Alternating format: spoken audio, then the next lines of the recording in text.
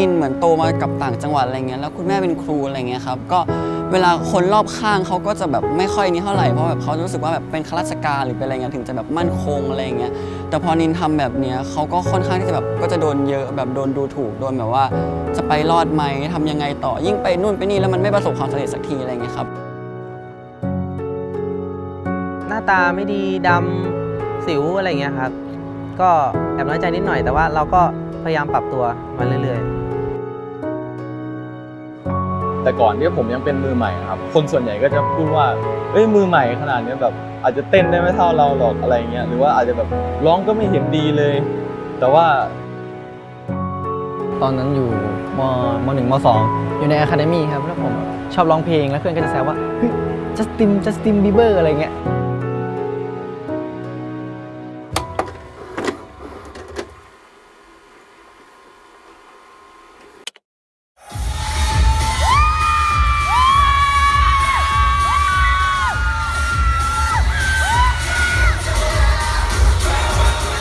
จะบอกว่าตั้งแต่เด็กจนโตเนี่ยนินแบบว่าพ่อแม่ซัพพอร์ตมากอะไรเงี้ยแม่คือแบบว่าอยากไปไหนก็ไปอยากไปแข่งที่ไหนก็ไปส่วนคุณพ่อคือเหมือนเป็นคนขับรถเลยแบบว่านินอยากไปแข่งอยากไปประกวดเดอะสตาร์ที่อุดรที่ขอนแก่นอะไรเงี้ยหรือนินอยากเที่ยวกลับระหว่างจังหวัดข้ามกันไปข้ามกันมาเพื่อซ้อมเต้นร้องเพลงอย่างเงี้ยพ่อคือแบบว่าเช้าเย็นพ่อไม่เคยบ่นเลยแบบว่าจนทำให้นินแบบเวลาใครต่อใครถามนินก็จะบอกว่าแบบพ่อกับแม่คือซัพพอร์ตดีมากอะไรเงี้ยครับจนวันนั้นไม่รู้แบบเกิดอะไรขึ้นอยู่แม่ไม่อยู่นินอยู่บนรถกับพ่ออะไรเงี้ยแล้วเหมือนไปประกวดอะไรมาสักอย่างแล้วมันเฟลอะไรเงี้ยแล้วพ่อก็เลยพูดขึ้นมาว่าแบบเต้นกินลำกินอ่ะมันจะดีหรอมันจะล่อหรออะไรหลังจากนั้นนินก็แบบร้องไห้หนักมากแบบร้องไห้แบบไม่คุยกับพ่อเลยตั้งแต่อยู่ที่เนมแบบที่นึงจนกลับไปถึงบ้านแล้วก็ปิดห้องแล้วก็ร้องไห้หนักมากเพราะแบบเหมือนทุกอย่างมันแบบมันสลายครับเพราะว่าแบบคนที่แบบซัพพอร์ตเรามาแล้วก็มาพูดแบบนี้อะไรเงี้ยแต่จริงๆคือตอนนั้นพ่อพูดด้วยอารมณ์เฉยๆแต่ว่าสุดท้ายพ่อก็ซัพพอร์ตอยู่ดีพาไปนู่นไปนี่อยู่ดีเหมือนเดิมอะไรเงี้ยครับๆเคยดูถูกครับแบบว่าเฮ้ยโฟกซองทำไมไม่ดูแลตัวเองเลยหน้าตาไม่ดีเลยอะไรอย่างเงี้ยครับแบบใครเขาจะไปดูอะไรอย่างเงี้ยใช่โฟกก็เลยแบบเก็บมาคิดแล้วก็ดูแลตัวเองมาเรื่อยๆไม่ซีเรียสอะครับก็ฟังเก็บรับมาอย่างเดียวแล้วก็เอามาแก้ไขครับไม่ได้เอาไปคิดมากประสบการณ์โดนดูถูกนี่ค่อนข้างที่จะเยอะเลยครับแต่ว่าสำคัญที่สุดเลยคือผมต้องพัฒนาตัวเองให้ได้มากที่สุดครับแล้วก็พยายามลบคำดูถูกพวกนั้นเปลี่ยนมาเป็นแรงผลักดันให้ผมพัฒนาต่อไปแล้วก็จะไม่หยุดพัฒนาครับมีอันนึงที่จำฝังใจเลยคือตอนนั้นนินอยู่ประมาณม.1 ม.2 อะไรเงี้ยครับแล้วแบบมีรุ่นพี่ที่เขาเป็นนักร้องโรงเรียนแล้วนินก็แบบเป็นนักร้องนินบอกว่าเดี๋ยวนินจะไปประกวดเดอะสตาร์นะอะไรเงี้ยแล้วเขาก็บอกว่าอย่างแกเหรอจะมาร้องเพลงอะไรได้แบบชนะกูให้ได้ก่อนอะไรเงี้ยตอนนั้นนินแบบอ๋อพี่อะไรเงี้ยก็คือเราต้องไม่เก็บมาใส่ใจให้มันมากอะไรเงี้ยครับเราต้องอยู่กับตัวเองเยอะๆแบบว่าเร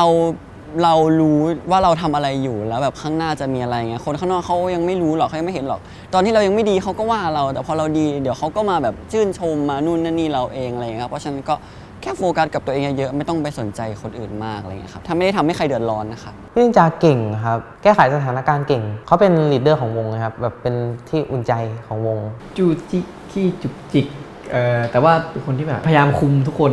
ให้อยู่ด้วยกันนะฮะแบบเรื่องเยอะหน่อยแต่ก็อันนี้ไม่ว่ากันนะครับว่ามันเป็นแบบเรื่องของวงอะไรเงี้ยทำทุกอย่างนะครับคิดเรื่องใหม่ๆแบบเต้น TikTok อะไรเงี้ยก็จะหามาแล้วก็ทำด้วยกันอะไรเงี้ยส่วนมากจะเป็นพี่นินจาที่เป็นคนแบบว่า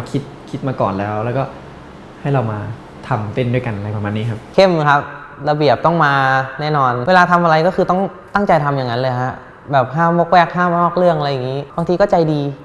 ถ้าเป็นข้างนอกงานเป็นอะไรอย่างนี้แต่ว่าพอในงานเขาจะต้องแบบเป็นอย่างนั้นเลยครับจอร์จคิดว่า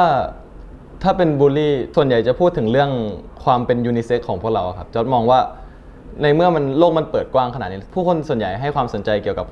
เรื่องเพศมากขึ้นจอร์จว่าพวกเราควรจะเหมือนว่าสนับสนุนเพราะว่านี่มันก็แบบเหมือนยุคเสรีที่แบบว่าเสรีเรื่องเพศแล้วเราไม่จำเป็นต้องมาโฟกัสแค่ว่าชายหรือหญิงเพศก็คือมนุษย์อะครับจอร์จรู้สึกว่าความสำคัญของการเป็นมนุษย์มากกว่าเพศสำหรับนินนะคะนินรู้สึกว่าโลกแบบว่าตอนนี้มัน 2021 แล้วมันไปไกลมากๆอะไรเงี้ยยิ่งถ้าเป็นนักร้องนักเต้นหรือเป็นศิลปินอะไรเงี้ยเราควรจะมองที่แบบมันควรจะมองที่ความสามารถและคุณภาพมากกว่านินมาโชว์ผลงานทุกคนดูนินก็คือร้องให้ดูเต้นให้ดูอะไรเงี้ยนินไม่ได้แบบโชว์บัตรประชาชนหรือโชว์เพศให้ดูว่านินเป็นอะไรเงี้ยครับก็ถ้าทำออกมาแล้วทุกคนแบบชอบแล้วก็ไม่ได้เบียดเบียนใครหรือไม่ได้เกิดอะไรนินก็โอเคอยู่ไม่ได้สนใจอะไรอยู่แล้วครับคอมเมนต์ที่ไม่ดีนี่ ไม่ใช่ว่ามันไม่ดี เพียงแค่ว่าเขาต้องการแนะนำเราว่าเราควรจะแก้ตรงไหนอะไรประมาณนี้มากกว่าครับ ให้เราเรารู้แล้วเราก็ปรับจุดนั้นครับ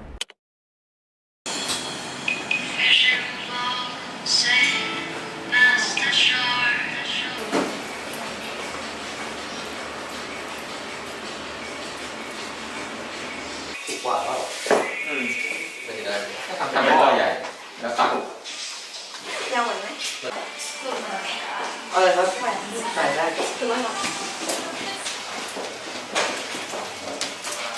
กลายเป็นตัวเล็ก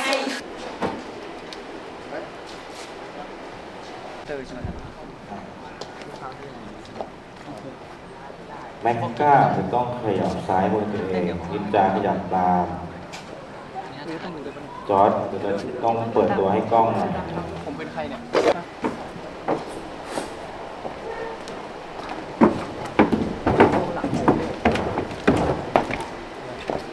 วันนี้มาถ่ายทีป๊อปสเตจครับผม เป็นรายการที่โฟมิกอะพอได้ยินว่าจะมีรายการนี้ในประเทศไทยก็คือแบบว่าใฝ่ฝันว่าวันหนึ่งต้องมาให้ได้อยากมาอะไรเงี้ย คิดไว้ตั้งแต่แรกแล้วว่าถ้ามีรายการนี้ก็ต้องได้มาออกสักครั้งหนึ่ง คนแรกอะพอเดินเข้ามาแล้วอย่าก้มหน้าพยายามแบบ ลองมองแบบค้นหาว่าที่นี่คือที่ไหนแสดง attitude แล้วก็มีความเจ้าเล่ห์ได้ไหมพี่เอ็นด้า